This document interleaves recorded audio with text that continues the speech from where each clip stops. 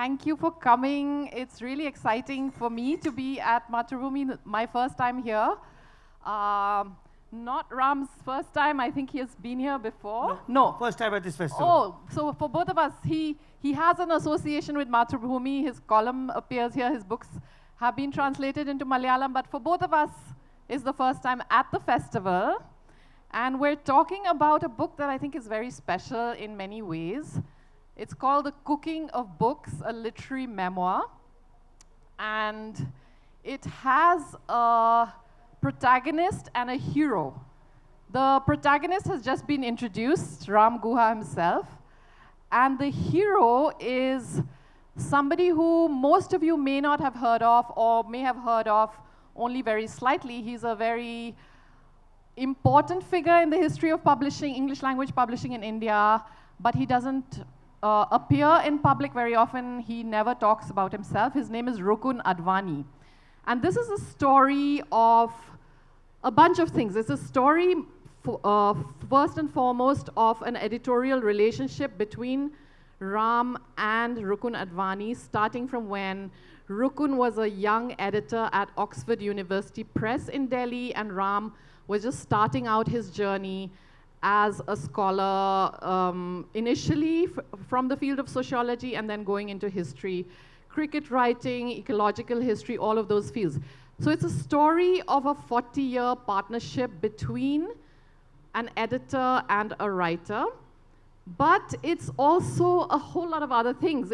I think it's Ram's most personal book, and till he publishes his autobiography, I think it will have to serve as an account of his intellectual journey, how those books came about, how they were shaped by Rukun, but also how he was responding to the larger gaps and the larger triggers in the literary field, in the cultural field, in the historical field of writing on India. So Ram, I mean, that is a little bit of the background, and your book is chronological. It starts with you as a young man, both of you young men in the 1970s in St. Stephen's College. They're both Stephenians. That's where it all starts in a sense. So that's the story of the book. You start with yourself as somebody who didn't even know that you would become such close friends with Rukun, though you were in the same college, and it ends in the present. But I'm going to start in the present and go back to the past, because what you say in the beginning really struck me, and I find myself agreeing every time people of my generation or older talk about the fact that Indian publishing, and therefore the larger literary culture of this country, was very, very different, even as recently as 30 years ago, definitely 40 years ago when you started. And you say in your foreword that more than once, you say that this is a record of a vanished world, or this is something that gestures at a kind of ethos, again, that we just don't have anymore. So can we start with that? What is that vanished world? Rukun is at the center of it, but obviously it's much more than that. So I think the easiest way to explain what sort of vanished world, what are the elements of that world that has vanished, the world of publishing, both literary and academic publishing, is that we are speaking of a time where there were no festivals. There was no X, there was no Facebook. There were no smartphones. So you couldn't take a selfie with your favorite writer. You had to read their books. So there was in a sense, I don't like the phrase slow food, slow travel, but you could think of it as deep, engaged reading with the work, not with the personality, not with the person whose the photograph you see, or who appears on television, who has, many Twitter followers, which is what attracts you to their work. It's the quality of their writing. And that's, I think, one aspect of this being a lost world. The other is that this is a book founded, structured around 40 years of correspondence. And we are talking about letters that were originally handwritten, later typed, thereafter email, but not emails using abbreviated, sort of SMS language. And that's how our relationship is still conducted. Yesterday I got a 4-paragraph letter by him, and I responded at similar length, and often these are critical exchanges. They're argumentative, they're debating. I'm finding fault with his arguments. I'm making fun at some of his formulations, and he's doing the same to greater effect, because I hope you read this book. The book will be on sale afterwards. As Anjum said, it's called The Cooking of Books, and it quotes profusely from our correspondence, particularly his letters. And I think Rukun was and is a super pro stylist, but he has reserved his finest lines, his most original thoughts for private correspondence. They are not visible in published books, let alone through his appearing in literary festivals. So in these respects, it's about a world of publishing that was very different. It's about a form of friendship that is now more or less extinct. You know, friendships now, this is a male friendship, which has a particular kind of orientation, and you know, justly feminists may find it self-indulgent, but male friendships are conducted over, in this, I need not say so, in Kerala, where I should just add as a footnote, yesterday I had dinner with two dear Malayali friends, both of whom are speaking in this festival. You can try and identify them. Both of them came from Delhi, so we decided to meet here, and we had dinner. And I started with my food, and they each had about 3 or 4 drinks each. And it was about 2 hours before they got, and we had a lovely conversation. And that's how friendships are, male friendships are over alcohol, over long conversations, maybe walks, maybe watching a test match together, phone calls. But this is a friendship conducted, a personal and professional friendship conducted almost exclusively through correspondence. So I think in that sense, it is quite unusual. It's very unusual, and Ram, you provide a sort of a framework, a context for the exchanges between you and Rukun. But like you're saying, the most striking voice in the book is really Rukun's in these letters that he's written you, handwritten and over email over those 40 years. And to me, I mean, I'm very partial. I'm partial to men, I think, as of course, but I'm also partial to. That might get you into trouble with the feminists on this audience. No. I think we should be allowed our predilections and certainly our partialities, maybe even our prejudices. Why not? I mean, we are made of a series of idiosyncrasies, even if we sort of throw in our lot with larger movements, larger ideas. I think as writers, especially, we should be allowed to say that we like certain things and we don't like other things. And Rukun is all about likes and dislikes. He is so strikingly a figure who is his own man and his own intellectual. I mean, in some ways, he's very much a product of the institutions that he studied in and worked at. He's a Stephenian. He went to school in Lucknow at a colonial era institution called La Martiniere, which he really, really disliked. It was a very physical, rough kind of place, and he was a bookish, quiet figure. So either for or against, all these places have shaped him. Stevens shaped him. Cambridge shaped him, where he did his PhD on E.M. Foster. It is very much a book about two men. But what I wanted to say also, it's equally important a reflection on the life of certain institutions. And the two primary ones are St. Stephen's College and Oxford University Press, which Rukun joined as a young man, not yet 30, and to which you came as a young scholar who just done a PhD, wondering if maybe that work could be made into a book. You were also both excited by the early volumes of the subaltern studies, which Rukun helped shape. And so to me, again, as somebody who's worked mostly in fiction, I'm mostly a novelist, but I've also been an editor of the books pages of a national magazine called Caravan for 10 years. Before that, I worked in an arts foundation with artists across the board. So I'm also very interested in the life of institutions, like I said. And these two institutions, over the course of your fairly slim book, also change. OUP is not today what it was in the 80s. Already 20 years ago, it was very different. So would you like to say a little bit about these two critical things that are common to you and Rukun? I will, and I'll mostly talk about the Oxford University Press and its role in publishing in India and shaping an intellectual culture that has endured even though the Oxford University Press itself has declined. But let me say just one thing about St. Stephen's and Rukun Advani. Since this is an audience, not just an audience in Kerala, but an audience in Thiruvananthapuram, specifically which will give you an insight about the kind of person Rukun Advani, who is the principal subject of my memoir, is. So when I joined St. Stephen's College in 1974, 50 years ago, it was an all-male college. Now, fortunately, it is not all-male, and it's co-ed. And the women are usually more brilliant and more dynamic and certainly better writers than the men. But then it was all-male. And there was a hostel. So many of you may have been in a college hostel. So a college hostel that is all-male, 300 young boys, and I'm a first-year student. And when you join in the first year, you look up to the third-year students, the final-year students. And in that third-year batch, 2 years ahead of me, there were many remarkable people. For example, our college cricket captain, under whom I played, was Arun Lal, who later was capped 16 times for India. They were famous. There were people who went on to become foreign secretaries, famous CEOs of companies, judges of the Supreme Court, and so on.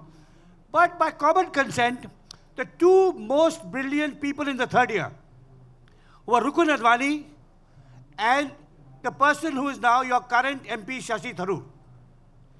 And they were similar in many ways. They were both brilliant. Shashi Tharoor topped the university in history. Rukun Advani topped the university in English. And my career is kind of at the intersection of literature and history. So I admired both of them because they were two brilliant third-year students. But they were utterly different. Shashi even then wanted to be the most popular man in St. Stephen's. The first election he ever contested was for the presidency of the St. Stephen's Union, which meant he had to talk to everyone, charm them. Whereas Rukun, though he was as brilliant as Shashi, wanted to be in his room listening to Beethoven. He was a recluse to the point of being a misanthrope. He had half a dozen friends, and he chose his friends very carefully. Either you had to have a deep and cultivated interest in literature, which meant, Lawrence, Hardy, Virginia Woolf, Eliot, Yeats, or you had to have a cultivated interest in music, which meant Beethoven and Mozart. And a few people, such as Amitav Ghosh, who was in the year in between me and Rukun and Shashi, met that criteria. So I think that's something you should, particularly for an audience like this, to know what Rukun is. He is, as a character, it is brilliance. He is, in my view, comfortably the equal of Shashi Tharoor. But in his character from then, they were absolutely... And now, Rukun has become more and more reclusive. After he left the Oxford University 20 years ago, he settled in Radicate, where he publishes his books through his imprint Permanent Black. He doesn't like meeting his authors. He doesn't mind communicating with them. But he prefers dogs and listening to Beethoven to human beings. Right. Now, so that's the kind of character he is. So I thought it's important for this audience to know this, I think, juxtaposition, this comparison may give them a sense. Now, the Oxford University Press, where Rukun joined it in 1982, was at the height of its prowess. It was publishing, again, to give a few names that will be familiar to many of the readers in this audience, in this wonderful audience. Subaltern Studies had just started, edited by Ramachandra Guha. But the Oxford University Press published the great historian Ramanatha Thapar, the great sociologists M.N. Srinivas, Andre Bete, and Ashish Nandi, the economists Kaushik Basu and Amartya Sen. So the best of Indian social science and history publishing was brought out by Oxford University Press. It shaped the intellectual culture of our country by publishing its finest scholars in English. Again, if I may throw a name from Kerala, the historian K.N. Padikar, his well-known book on the Mappala Rebellion against Lord and State was published by Oxford University Press. It was the imprint everyone wanted. It was so prestigious. And Rukun was joined as an editor, then became editorial director, and shaped the whole publishing and literary and intellectual program. So obviously the book is about my relationship with him. You know, how I became a published historian because of Rukun, how I became a published cricket writer because of Rukun, how he helped me, direct me in my first experiments with biography, and so on. But he did something similar to dozens of other writers who made profound and original contributions to the understanding of modern India, of Indian politics, Indian society, Indian economics, Indian culture. And however, after 20 years in the OUP adopted what Rukun calls Thatcherite compulsions, which meant that the bottom line, making a profit, mattered much more than producing good books. And then, of course, slowly, Rukun had to leave and the OUP declined. So this is also a story of, obviously, it's essentially a story of two friends and their personal but mostly professional relationship. I mean, it's really about, in some ways, a tribute to the man who's been more important to me in my life than anyone except my wife. You know, and that's why I say in the preface that in an author's life, his or her editor is second only to his or her romantic partner. You know, but it's also a story of the flourishing of social science and historical publishing under the aegis of the OUP, and how that has tragically declined in recent years. Yeah. And I think one of the most shocking moments in the book for me comes when you are at the OUP office. You have been going back to the archives of the OUP as you're writing this book, because in fact, wonderful realization for the reader, a lot of letters that you and Rukun exchanged had been preserved in the archive of the OUP, which to me is a wonderful instance of institutional memory, that it cares for the correspondence between its published authors and its editors, that it's preserving that, and you're drawing on that, and you're also drawing on letters that previous editors like Ron Hawkins exchanged with previous writers like Varia Alvin, who in fact was the subject of your biography. And I personally am thinking, what else might one discover in an archive like that? But then at some point in the book, you go to the OUP office in Bombay. They've moved to suburban Bombay from their Apollo Bandar office, and you ask for them to pull out some letter, and they say they've destroyed the whole archive. The entire thing is gone. And these were very important letters. Actually, as Anjum said, I wrote a biography of Varia Alvin. And in the OUP office, that was behind the Taj, you know, that beautiful part of South Bombay with all those Gothic buildings. The old building in Apollo Bandar, they had a 3-story stone building, and that's where the archive was, on the top floor. And I had consulted in the 1990s to work on Alvin. And then in the course of my research on my Gandhi biography, I found that the OUP had published an abridged edition of my Experiments with Truth for the school market in the 1930s and 40s. And I knew in the Gandhi papers there was correspondence between Gandhi's secretary Mahadev Desai, who had done the abridgment, and the OUP. So I knew there'd be much more, you know, about how in colonial times did Gandhi's autobiography get prescribed for school children in an abridged edition. And for a scholar, you want to know also what was left out.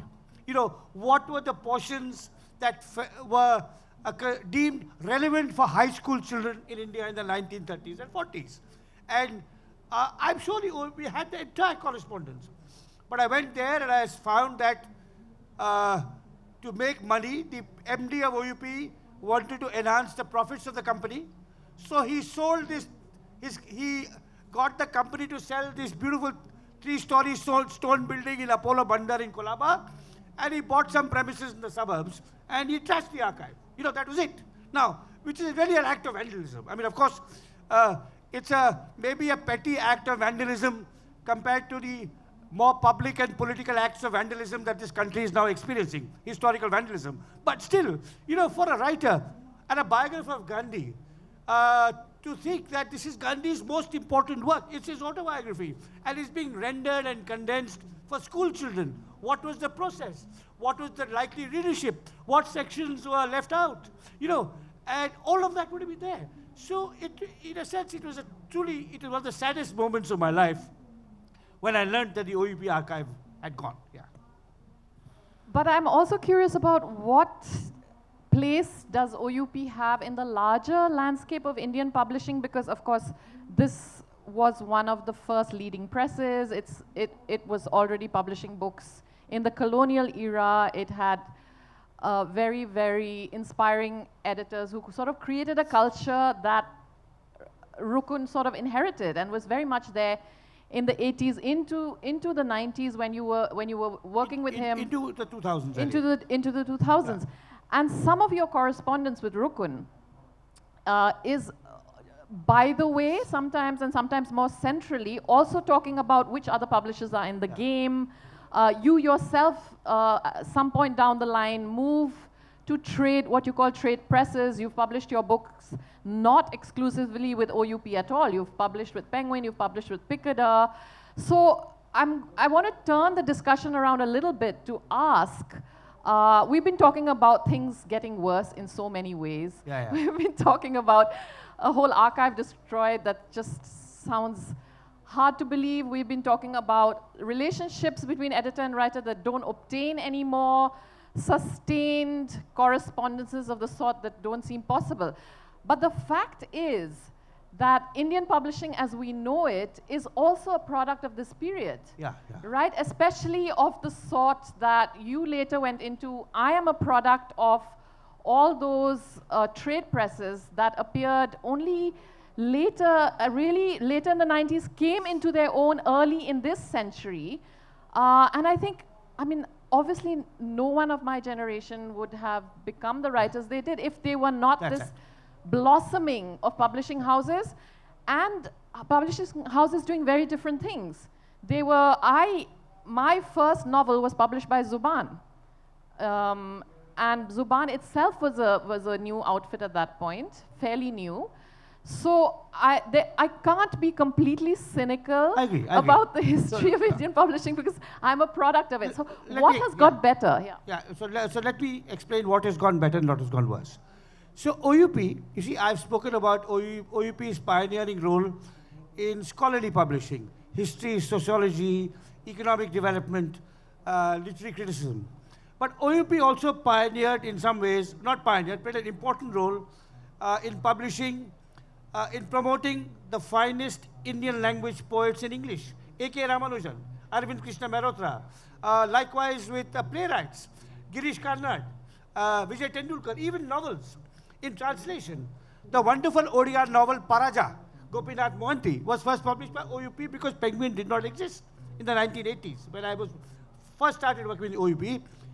Vikram Seth's Golden Gate was published by the OUP. Now, that part of the OUP's list, so novels, poetry, essays, that part, the new publishers, the 4 or 5 new publishers would be Penguin, Harper, Picador, Bloomsbury, Westland have taken care of. But scholarly work, and scholarly work for an informed audience. In this audience, there would be people who are interested in not just in a good story, but in the deeper understanding of social and political and economic processes. And there is a category of book called the crossover book, a book written by a scholar that can also be read by non-scholars, that are not, pop history, that are poorly footnoted, that are just a series of interlinked stories after another, but have an analytical grid of how societies are changing, what is the role of the state, what is the importance of technological change, but presented in a way in which an intelligent reader can appreciate. Now, OUP filled that gap. And the other thing that OUP did, which is very important to understand in the history of publishing, and we were talking about this, is that OUP kept their books alive. Supposing there is a young person in this room who wants to write a really good, rigorous history of modern Kerala, post-colonial Kerala, from 1956 till today. We've talked about communism, film, conflict, etc., federalism. And Penguin will publish it or Harper will publish it. But 3 months later, you won't get it. Whereas OUP would keep it alive year after year. So the books that are published with OUP 40 years ago are still in print. Because Penguin or Harper or Bloomsbury or Picador wants to make money quickly on a best-selling book. So if it is the anniversary, if it's the 75th anniversary of the founding of Kerala, you will get or the centenary of EMS Namboothiri's birth, they'll publish a book on that person, on that issue. But 5 years later, it'll be available nowhere. So I think books, a writer, particularly a writer of serious books, I think wants their work to endure. And I often, personally, I lay great store by a statement of the writer Arthur Koestler, where he said, I would willingly exchange 100 readers of my book today for 10 readers in 10 years' time and 1 reader in 100 years' time, So, I mean, clearly, writers have to make a living. They want to sell their books. But it's for a scholar, which is what essentially I am. I mean, I write for the press, I give interviews, but I see myself essentially as a scholar, doing serious research, but writing in a way in which, the intelligent general reader can appreciate it. And that's also true of some of the other people I mentioned. If you take a Ashish Nandi or Partho Chatterjee or, Ramanath Thapar, and I think OUP played that role. It kept the books alive for a very long time, so that you could just discover it. And you could discover it in a bookshop, not necessarily to Amazon, or in a library. So they had a much deeper and more enduring imprint. Publishers like OUP have a much deeper and more enduring imprint on the intellectual culture of a country than trade publishers like Penguin and HarperCollins, whatever else they might do for you and me. I just remember that I had, in fact, read Vikram Seth's Golden Gate in the OUP edition because the logo just swam into view when you said that. And that part of OUP's history is not acknowledged enough, I think. And that is because of Rukun. So the publishing of high-quality poetry, of novels in translation, Gopinath Mohanty's Paraja, for example, that's because of Rukun. Yeah. And they continued with that for a while because till recently, till a few years ago, OUP was doing this series of Indian classics in translation, slim novels with very, very striking covers. So they've tried to keep some of that going, but obviously, like you're saying, it's being taken over by presses that do it better. Except that the field also is really much more crowded now. Trade compulsions don't allow books to live for as long as one would like them to be around. But it's also, like you're saying, to do with the personality and the commitment of certain editors, right? Because Rukun also was director of the academic division. He also had a say in publishing decisions. He also started the Oxford India paperbacks. So that they could be priced affordably for a general audience. Yeah. I read an essay by Rukun. There was a National Book Trust anthology called Editors on Editing that came out in the mid-90s. And Rukun has a piece there where he's one of the rare pieces where he's actually talking about his publishing philosophy. And he says, he uses the word moral qualification. An editor is not just a good is not just good with language, is not just someone who has a good business sense, is not just somebody who knows the field and knows what will run and what will drop. He's also somebody who has a deeper commitment to the idea of what is a good book and what is not. And he uses the word moral, which is in 1993 already sounded quaint. Today I can't imagine an editor saying, we need moral qualifications to be doing this. But what he's saying is that editors, publishers, people who run these institutions are not just in it for the business. They're also creating benchmarks of good scholarship and good literature. And he says, the fact that a book will sell is not reason enough to publish it. Again, which today would be slightly quaint because people feel if a book is going to sell, what reason can there be for not publishing it? Even if you're also, of course, going to publish others that don't sell enough. So to me, I think that we keep coming back to this. I think there has been a loss in that sense, that this sort of idea of the publishing house also as some kind of a touchstone. That I think has really, really gone out of the window. So if I may, Anjum, I'd like to say a little bit about, beyond the general history of publishing and OEP, which we've talked about how the process of editing. For example, if you see, this is a memoir. This is not a history. This is not an institutional history. This is really a memoir about how one person shaped my writing and my career. And I hope readers will read our exchanges to see, for example, how my first attempts at biography, which were jargon-ridden, solemn, were made much more, eloquent, accessible, empathetic through this editor. Or, for example, and this may that I moved into cricket writing was also because of Rukun. And he did that with other authors too. So an editor is someone who, in a sense, I would compare him to a teacher. But it's a kind of a give and take where you have a young writer whom you like, and then you're able to draw them out in directions though they themselves don't anticipate. And in the process of a long relationship, it's a give and take in which the editor is nurturing, or not nurturing is the wrong word, nurturing in the beginning, then challenging and prodding his author to venture into new and more daring domains. I think that's the kind of, and Rukun was very special because, as I argue in my book, he understood language and he understood thought. He really understands the English language. I mean, the letters of his that I quote show him to be a superb prose stylist, and I think one wishes he had written more for the general, for publication, books of his own, which he could easily have if you read the quality of his letters. But also he understands thought. I mean, here is someone who has a PhD from Cambridge, who has a sharp analytical mind, who understands sociology, history, politics, who can put things in a comparative perspective. So he will say, why don't you compare Elwin's life to Salim Ali? Now that's a fascinating comparison. Salim Ali was a self-trained ornithologist who spent his lives with the birds of India, traveling to different parts of India, and Elwin did something similar with tribals. Right? Now, so that kind of, the quality of his mind, I think set him apart from the quality of other editors. And I think, I do not want to say there will never again be a Rukun Advani, but I hope that readers of this book will come to appreciate how even, I've published many books. And in a sense, my career as a writer is owed immeasurably to a man who occasionally appears in the acknowledgements to my book.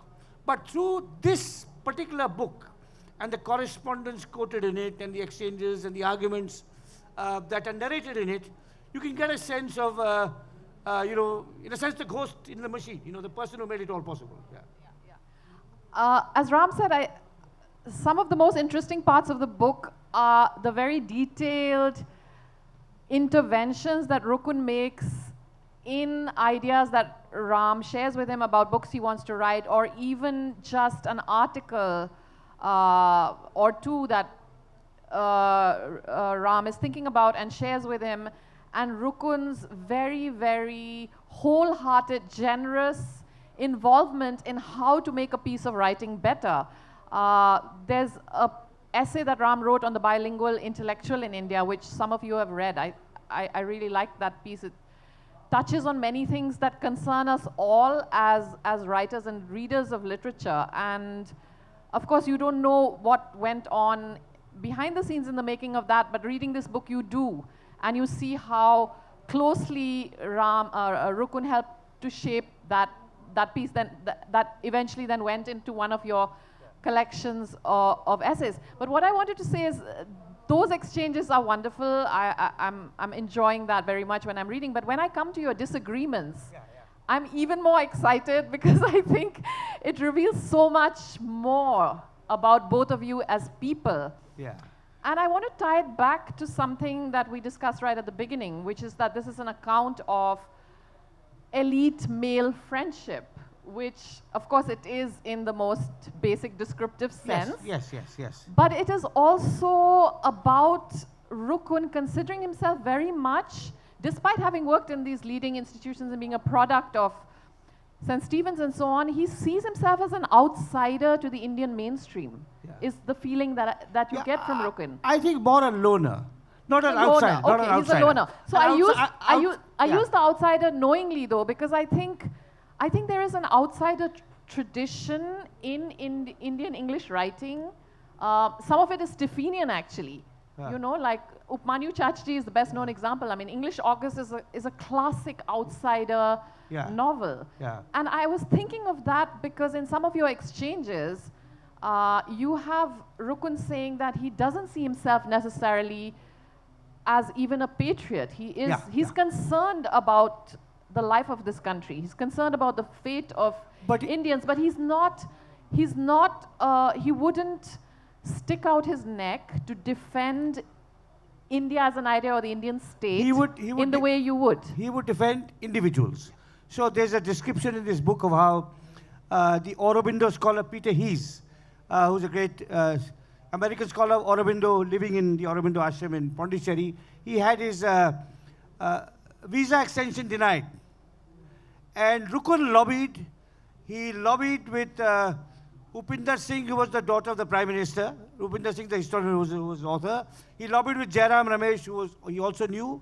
And he lobbied with me to write a column in the Hindustan Times explaining why Peter Hees was a great foreign-born scholar contributing to India. And that Peter Hees was finally granted at the extension, and I was thanked for writing about this in public, where it was Rukun's silent lobbying behind the scenes. So he would say, he cares for the underdog, the less-known person, and he's willing to fight for them.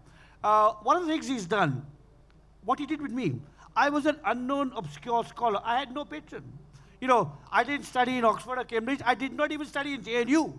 I mean, if you study in JNU, your PhD advisor will send you a book to OUP to be published. I was studied in the most obscure place. My advisor was unknown. I was made by Rukun Advani. And he's made many other such less-known writers. So he, in a sense, I would say he had an empathy with the underdog. He was not a person who was schmoozing, networking, and certainly. So that's such in a sense, he's a very unusual man. He's grown more reclusive, I would say cynical, withdrawn the older he's got. And also, as we were chatting in, when we were chatting in Bangalore, Anjum, if you see the letters, if you read the book, you'll see the quality of his letters, you know, long letters to me. So 6, 8, 10 paragraph letters, partly about literature, partly about politics, partly about ideas. And this is just written for me. And then they're not written for publication. They're not written to be posted on social media, on Facebook. You know, nowadays, it's just, it's a kind of, and I think it's just his personality. It's not that he's a secular saint who's modest and he's a renunciate. You know, it's just his personality. I mean, he just is an extremely unsocial being. But the last thing I'd say about him as editor, if I may, about the book. You know, the book has a dedication. And it's to my wife, who is identified by her name. And it says, to Sujata, my second best editor. And Rukun laughed. He said, I love it because I'm not on the page, and yet I'm on the page. You know, so that's the kind of person he is. Yeah, it's... Yeah. No, I think some of these categories that we hold dear, you know, now, like these elite institutions that feel that they have got a lot of attention, and we need to move the focus away from that, because obviously there are also things happening elsewhere. And like I said, publishing has been very, very focused on certain kinds of books and certain kinds of publishing houses, but a lot has also happened in the last 20, 25 years. That's been very valuable, including in fields like translation that OUP, OUP started off, but it could never have been limited to that. But I think what your book reminds us also is that individualism, individuality, not the ism of the individual, but just the value of individuality, of personality, of love for language, of friendship. I mean, I think those kind of things are somehow treated as less important, and to me they're not. And I'm glad for a book like this, because it reminds us that everything can't be rendered like either mechanical critique or sort of easily replicable. I don't think, I mean, I have a new book out, so I've been doing a lot of lit fest, and you talk to people, and more I hear people saying they're using AI to write their emails. Yeah. You know, I keep hearing this from very different people. Some people I know even use AI to write the first drafts of their columns, which would appall me, you know, absolutely appall me. It would appall you if to hear that. It would appall Rukun to hear that AI is used to write emails because his everything that he is in those letters and those emails. And I think we have to, however much we may be in favor of convenience, because I think that's really all it is. What else is AI doing except seeming to make things easier? It's not making our lives better in any other way that I can see. But to remember that you know, for Rukun or even for you, for some of the other people mentioned in the book, this idea that you give of yourself so generously in something as seemingly inconsequential as an email is I think very, very valuable to remember. And for me, that's the largest, the most important takeaway from the book. Yeah, Mr. Guha, you record how Rukun and you were unhappy with the embrace of theory by the subaltern school. Has Rukun ever suggested you, at least in private, that their entire corpus was driven more by the need to validate their sense of Indian identity than by a quest for truth? Now, this is a cartoon version of a question, but the longer version the Indian identity, you say. Exactly. Yeah, so I can't answer on Rukun's behalf, but I can answer on their behalf. I can say that, as I say, that subaltern studies was a radical, innovative movement of historians seeking to assert not their Indian identity, but their radical identity. They were arguing that nationalism was captured by elites, by Gandhi, Nehru, Patel, Bose, and the peasants, workers, Adivasis, their voices had been silenced. And later on, it became a more a movement of literary criticism, which is what we dissented. But I don't think they would not call themselves Indians. They would see themselves as radicals more than anything else, for good and for bad.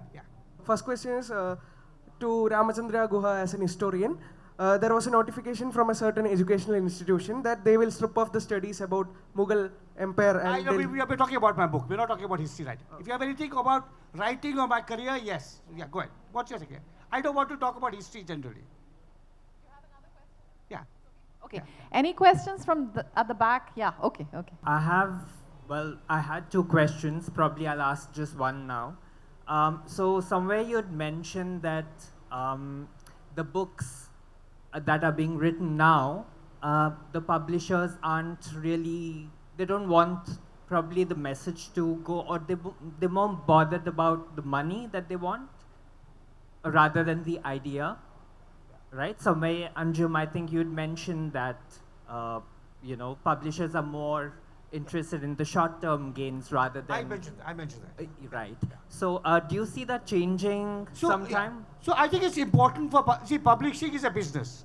They have to market, they have to make money. Right. But you need different kinds of publishers. You need publishers, to use a conventional phrase, down market, mid market, up market. And Oxford University Press was associated with the university. So it's interested in scholarship. And OUP was making money. It was not losing money. It was not making fistfuls of money. But they were also, I think, the importance of a scholarly publisher is to keep scholarship alive for the long term. A commercial publisher may be interested in merely in the bottom line. But OUP was a scholarly publisher and they had a different mission. I think, can we give it to that lady at the back? Yeah, she's waiting, yeah. Let's have some gender diversity. Yeah, no, please. She'll be waiting for a long time, yeah. No grabbing of mics. Yeah. And then I'll come to you, yeah. Thank you very much, sir, for the opportunity. Very glad to listen to you. So I have, since you were speaking about the publishing industry, I just wanted to state that it is a very sad fact that there is a dearth of South Asian literatures in translation, whenever you go and visit Bookfest. So what is your take on that? What can be done? And the second thing is, what is the future of women-oriented publishers in India? No, I think at the first question, I said only one question. I'll answer it briefly and then I'll ask, please speak that. Yeah, I'll answer that briefly and I'd like Anjum to come in. My sense is, as Anjum said, there's not much more translation. Many of your, I don't know which part of India you are from, but many fine Malayalam, Kannada, Marathi writers are now available in English. What is lacking is high quality translation from language to language. For example, Tagore and Sharat Chandra in the 20s and 30s were translated from Bangla to Malayalam. They didn't have to go via English, right? So I think occasionally you might have that. You may have a Malayalam translator who knows Tamil, so would translate, shall we say, Jay Mohan directly, right? Now, but that I think is where we have to go next. I think translations from Indian languages to English are flourishing because of the publishers Anjum mentioned, but I think lateral translation between languages should be the next step. Well, I think that's exactly what Sahitya Academy was set up to do. But in literature, in fiction and poetry, Sahitya Academy's mandate always has been to translate between Indian languages. And again, that's an incredible archive. Even if not all the translations are wonderful, it still exists and maybe they can be bettered. But I also think that we are simply becoming more Anglophone and we are operating more and more in English. And the essay by Ram that I mentioned, by the life of a bilingual intellectual in India, is really worth reading on this, to look at the history of how we've reached where we have, where suddenly it seems the most natural thing that everything should go into English rather than between languages. So it's also a function of who we are. Yeah, go ahead. Yeah. Yes, sir. Good morning, I'll sir. come to you. Yeah. Sir, good morning. Yeah. So my question is regarding your thoughts. I mean, it's regarding to the publishing industry, whatever we have discussed till now. So it's regarding, your thoughts on, how individuals can maintain personal archives. Yes. And how you can incentivize individuals to maintain that record so that, Yes. these books and this literature is not lost. Absolutely. Now that we have digital facilities to store these copies, so that we have not, we incentivize people to. So absolutely. So that So ideas also. yeah. So it's a very important question. I mean, I don't know. Bring it here. Yeah. So OUP had this archive. The Delhi archive was retained, but the Bombay archive was destroyed. Now, I don't know whether DC Books, for example, who published my books in Malayalam, whether they have an archive, so going back to the 1950s, 60s. I suspect not, which would be a pity. Indians are very careless about keeping documents, which is a great shame. But from now on, and I was lucky in writing this book that I had this archive of 40 years of correspondence, which I discovered during the pandemic. It was in a cupboard. I couldn't travel to the other archives I visit to study about Gandhi and other such things. And here I had this personal archive on the basis of which I could write this book. But it's really important for example, the Mathrubhumi Festival is now, I don't know, in its 10th year. I hope it's keeping an archive from the beginning. So when it reaches 50, it has a sense of how the festival evolved and what it contributed, what its weaknesses were. Were there too many writers from a particular part of India? Was history underrepresented? Was poetry underrepresented? So that a future historian of literary festivals, or the Jaipur Literary Festival, do they have an archive? These are really important for institutional history. Thank you for that question. Yes, sir. Sir, I came here seeing the title Biography Meets History. I can't hear you. I came here seeing the title Biography Meets History. Yeah. Are you ready to talk generally about that subject? So you see, I gave that title because it was an overview of this book, which is my journey as a biographer and historian. And please read the book. You'll get a full sense of my journey as a biographer and a historian. Yeah. A quick question. A lot of biographies are dependent on letters and communications that have been written. Your Gandhi book, for instance. Yeah. Now, say 50 years from now, where people are not writing letters, even fewer emails, and most of the communication which was then private is now public. Social media, say tweets and posts and all of that. Do you think somebody writing a biography 50 years from now, they'll have to deal with a very inauthentic source material because most of this stuff is written for public consumption? And So it's a very good question. My first answer to that would be, I'm glad I'm at the end of my career as a biographer. Because the people I wrote about and will write about are long dead and maintained a physical archive of letters and documents. But I think it posed new challenges. For example, a biography of, shall we say, Donald Trump. I won't mention an Indian for the moment, but let's say Donald Trump, right? Now, clearly you would have to depend on his tweets, on his postings, on newspaper accounts. But I think younger scholars will find imaginative ways of making up for the fact that, he was not writing these long letters the way Churchill or Gandhi or Mandela wrote. So, yes, it'll pose different challenges, but I'm sure younger biographers will overcome them. I'm grateful because I'm too old to learn any new tricks. To start with an unbiased learning and study of history, do we have any system or place where we can start with? So I wanted to learn things unbiased. So I think, we'll have to have a different discussion. Okay. I have an essay called Historians and Chauvinism. Just Google my name, and an essay. It's online. It's accessible. Historians and Chauvinism. You can read it. Yeah. Can I just ask you about this hybrid form that you have been dealing with quite a lot? That is part memoir, part social commentary, and about the social function of that. Because you have spoken about how Wicked Spin in Other Turns was a partial response to a social tragedy. We are writing in similar times now. So how important is political memoir now? Political? So quasi-political memoir. So I have two answers to that. I write a fortnightly column which Mathrubhumi also carries. It appears in 10 languages, 10 different Indian languages including English. So my political views come there. My political, social, moral views come there. My books are based on research. I have written 2 memoirs, a cricketing memoir and a literary memoir. As Anjum rightly said, this new book of mine is my most personal. It's also my shortest so far, which might surprise some of you.